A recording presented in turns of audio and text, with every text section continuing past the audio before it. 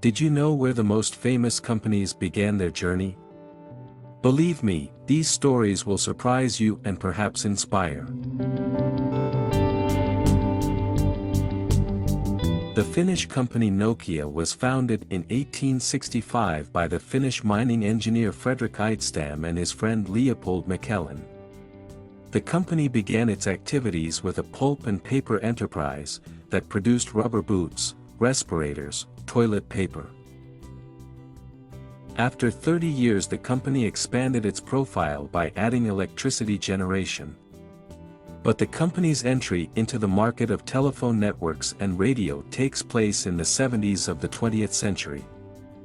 Since that time, the range of products is replenished with telephone stations, professional radios and transmitters, as well as military radio stations. In the late 80s, the company focused on the development of mobile direction. In 1991, the first call in the GSM network was made from a Nokia phone. And already in 1992, the company launched the first commercially available mobile GSM device, Nokia 1011. Marks & Spencer is a world-famous clothing manufacturer and one of the largest retailers. The history of Marks & Spencer began in 1884 with a small hairpin shop opened by emigrant Michael Marks and accountant Tom Spencer in the market of the English city of Leeds. In 1903, they opened 2 stalls selling goods of different categories, from clothes to household items, at the same price of 1 penny. A few years later, the partners opened kiosks in many places in the northwest of England. Today, Marks & Spencer is one of the United Kingdom's leading retail groups with a combined focus on clothing and food, and it operates both internationally and across the United Kingdom. As of 2023, there were 1,064 Marks & Spencer stores located in the United Kingdom, and 406 other store locations situated around the world. LG Electronics, one of the largest manufacturers and developers of household appliances and electronics, began operations in 1947. Its first products were tooth powder, then toothpaste Lucky and face cream. At that time, most Koreans used ordinary salt to brush their teeth, and therefore the new product was taken with great interest. In 1958, the company expanded its activities and began to produce electronics and household appliances.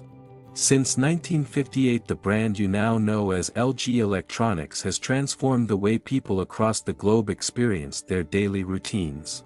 Today, LG Electronics is one of the largest corporations for the production of household appliances and consumer electronics. The history of the cult brand of Lego designers began in the small Danish village of Billund. The founder of the company, Ole Christensen, began his activities with the manufacture of chairs, tables, ironing boards, ladders. Subsequently, he and his son Gottfred Christensen began to make wooden toys and named his company Lego. The name Lego is an abbreviation of the 2 Danish words, lie godt, meaning play well. It took 17 years before its symbol appeared, a plastic combination brick. And then everything spun: scaling, success, crisis, personnel changes, recovery, recession, collapse of 2004, and a large-scale return when all forecasts pointed to the end of the era. Pepsi is a soft carbonated drink, a product of PepsiCo. Its original composition was developed in 1893 by pharmacist Caleb Bradham, who developed a mixture to improve digestion and combat nervous disorders. But the drink proved so popular that in 1902 Bradham incorporated the Pepsi-Cola company. By the way, Coca-Cola was invented in exactly the same pharmaceutical way and was intended for the treatment of the nervous system and prevention. More than a century and a half ago, in 1863, entrepreneur Friedrich Bayer and dye maker Johann Westcott founded a small company in the West German city of Wuppertal. They produced paints for fabrics, which was a real luxury at that time. Things went so well that since 1883 the company turned into a joint stock company. Subsequently, the company's specialists began to experiment with waste that arose as a result of the production of paints. Thus, they found that with the help of some chemicals you can even treat certain diseases.